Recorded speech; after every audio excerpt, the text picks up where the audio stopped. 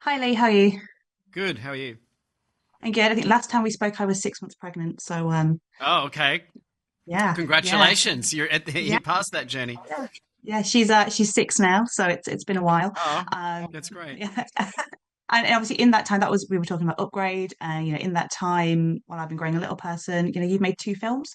Obviously, we're here to talk about Wolfman, which has at the heart of it, it's about this marriage kind of in crisis, and we find out his side and her side. And I know this is a film that you co-wrote with your lovely wife. How did that writing process go between the two of you? Did you kind of take a character each, or was it more cohesive? It's interesting that you say, did we take a character each? Because I just realized I never really thought about this, but of course, she ended up writing the female character a little more. She was the authority on that, and she would say to me, like, I don't think she would say that. I think she would say this. And I would maybe do the same with the father character. So we did unconsciously split up the roles, but it was a fun process. I mean, we wrote it during COVID, which, as you remember, and I'm sure being having a young child at that time, it was severe. It was intense, and so we were pouring all our anxiety and emotion that we were feeling during that whole lockdown period into the script. So it ended up being very cathartic for us, and I think healthy. Yeah.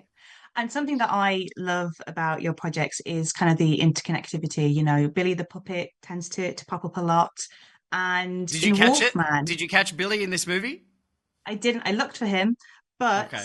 I did. It appears that Blake and Gray from Upgrade might share the same coat. Why is it? Why is it important for you to kind of include these kind of like little like nods to your other work? Well, some of them are conscious nods. There is a Billy puppet, a jigsaw puppet in the film. It's harder to spot than in past movies, but it's there.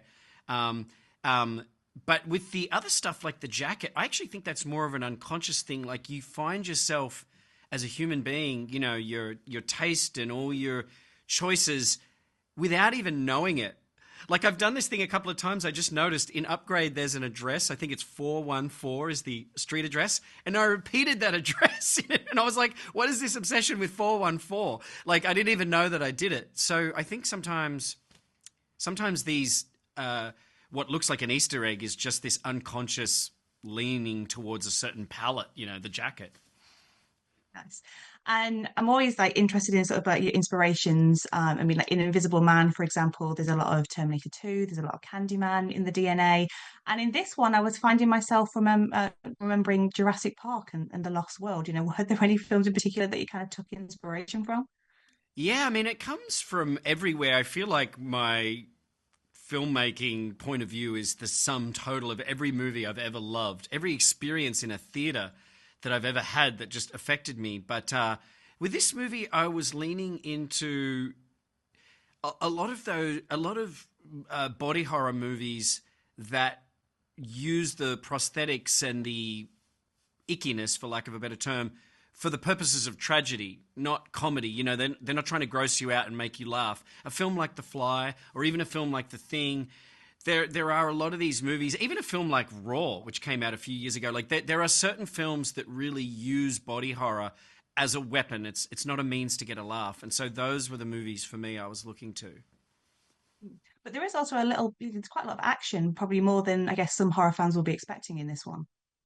Yeah, a little bit. I mean, it that just sort of came out of nowhere. Like it's funny writing a film. It's such a weird experience because the movie you write, it becomes its own living, breathing organism that's separate from you. So you're looking at it and you're like, huh, that's not what I exactly intended, but I get, it's a strange thing. That experience. So I guess this film somehow ended up with more action in it. It wasn't intentional, is what I mean. And Wolfman is releasing on your birthday, so I guess that means that in lieu of a present, everybody should be going out and watching this film, right? No, if the world doesn't go and see it, they've ruined my birthday. And Exactly. who wants to ruin someone's birthday? Uh, Exactly. So everybody go watch Wolfman as a gift to Lee. yes, exactly. Please, don't ruin my birthday, guys. Go and see it. Thank you. Well, best of luck with the film and Thank an you early very happy much. birthday. I know it's great to see you. Congrats on your daughter, and I'm glad that she's been tracking the shelf life of my films. Thanks.